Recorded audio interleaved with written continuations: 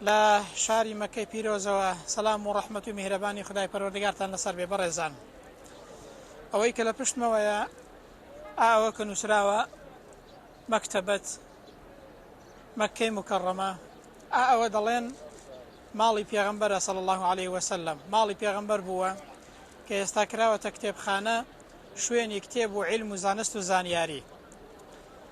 ئەوەی کە لە بەرامبەریشماندایە ئاوا کە لە بەرامبەری ئەو مەکتەبەیە و ماڵی پێغەمبەرە صلی الله عليه وسلم کە دەڵێن ئەوە ماڵەکەی بووە، ئەوە ماڵی ئەبوو جەهل بووە.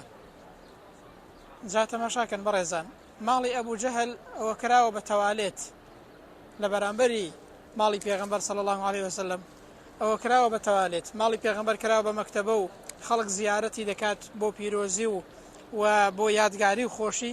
ماڵی ئەبوو جەهلیش ئاوە تا لەوەیە کراوەتە تەوالێت. بێباوەڕانی سەردەمی پێغەمبەری صلی الله عليه وسلم بە پێغەمبەریان دەوت محەممەد دوابڕاوە لەبەرەوەی کوڕی نییە، بەڵام خۆی گەورە دەفەرمێ ئین شانیئەکە هو الأبتر، ئەوانەی کە دژایەتی تۆ دەکەن ئەوانە دوابڕاون.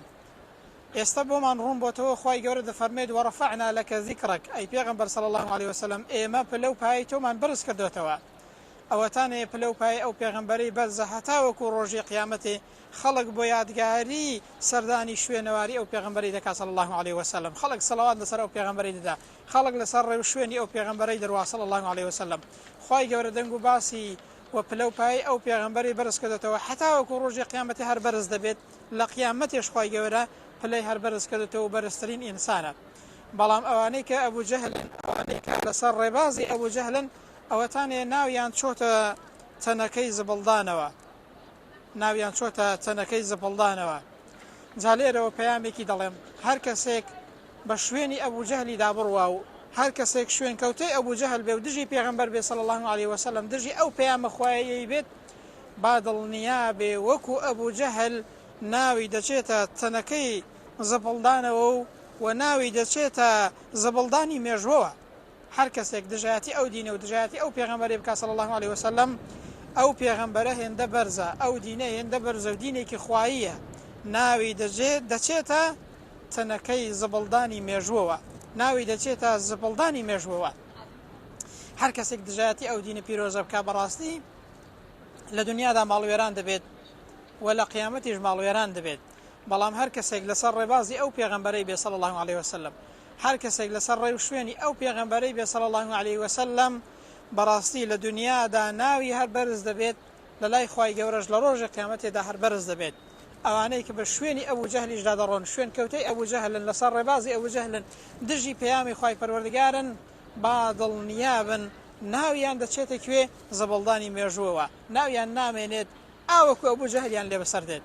ئێستا کەسانێک هەن دژایەتی قورئان دەکەن، قورئان دەسووتێنن، دژایەتی پێغەمبەر دەکەن صلی الله عليه وسلم، لەولا دەبینین قسە بە هاوڵانی پێغەمبەر دەڵێن صلی الله عليه وسلم.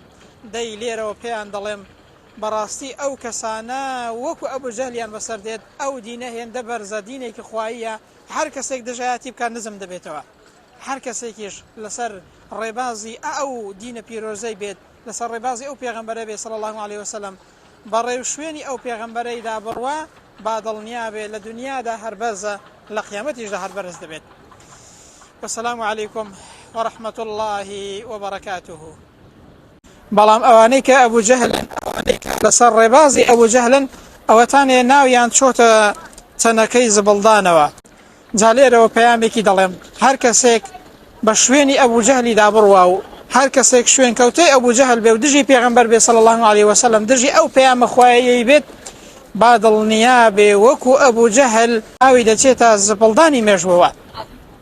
هەر کەسێک دژایەتی ئەو دینە پیرۆزە بکات بەڕاستی لە دنیادا ماڵوێران دەبێت و لە قیامەتیش ماڵوێران دەبێت.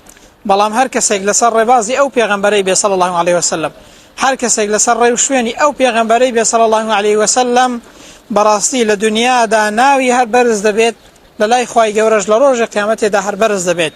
ئەوانەی کە بە شوێنی ئەبوو جەهلیشدا دەڕۆن، شوێن کەوتەی ئەبوو جەهلن، لەسەر ڕێبازی ئەبوو جەهلن، دژی پەیامی خوای پەروەردگارن، با دڵنیابن ناویان دەچێتە کوێ؟ زەبڵدانی مێژووەوە، ناویان نامێنێت ئاوەکو ئەبوو جەهلیان لێ بەسەر دێت. ئێستا کەسانێک هەن دژایەتی قورئان دەکەن، قورئان دەسووتێنن، دەژایەتی پێغەمبەر دەکەن صلى الله عليه وسلم. لەو لەولا دەبینین قسە بە هاوڵانی پێغەمبەر دەڵێن صلى الله عليه وسلم. دەی لێرەوە پێیان دەڵێم بەڕاستی ئەو کەسانە وەکو ئەبو جەهلیان بەسەر دێت ئەو دینە هێندە بەرزە دینێکی خواییە هەر کەسێک دەژایەتی بکات نزم دەبێتەوە. هەر کەسێکیش لەسەر ڕێبازی ئەو دینە پیرۆزەی بێت لەسەر ڕێبازی ئەو پێغەمبەرە بێت صلى الله عليه وسلم بەڕێو شوێنی ئەو پێغەمبەرەیدا بڕوا با دڵنیا بێت لە دنیادا هەر بەرزە لە قیامەتیشدا هەر بەرز دەبێت. والسلام عليكم ورحمة الله وبركاته.